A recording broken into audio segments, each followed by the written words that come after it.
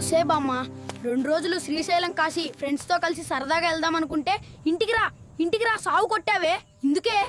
అదేంటంటే చారి, అదేంటంటే నాంచకుండా ఏంటో చెప్పవే, చెప్పలేదంటే వెళ్ళిపోతా.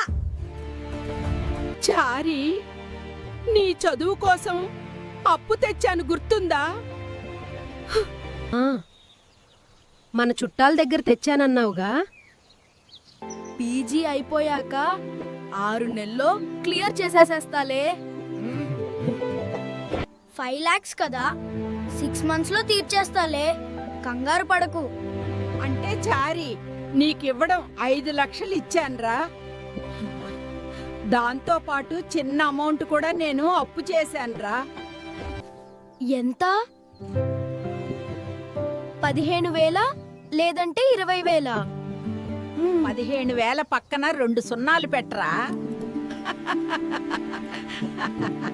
నీకు లెక్క వస్తది. 15 లక్షలా? కానీ నాకిచ్చింది 5 లక్షలు కదే, అలా ఎలా అప్పు చేసావే?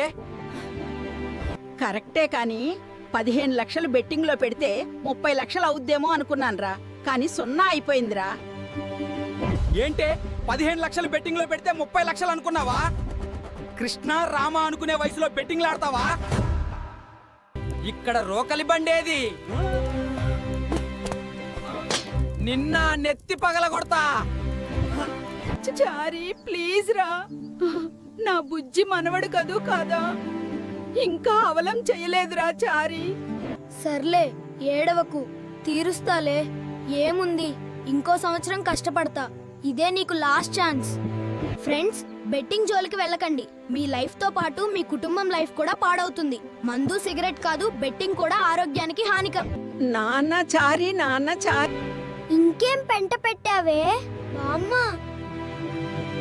అదే చారి, మన బట్టు తాకట్టు లేందే అప్పు ఇవ్వడు. ఇల్లు అసలుకి తాకట్టు పెట్టాన్రా, నిన్ను వడ్డీకి తాకట్టు పెట్టాన్రా. వస్తే బామ్మ రుక్మిణి.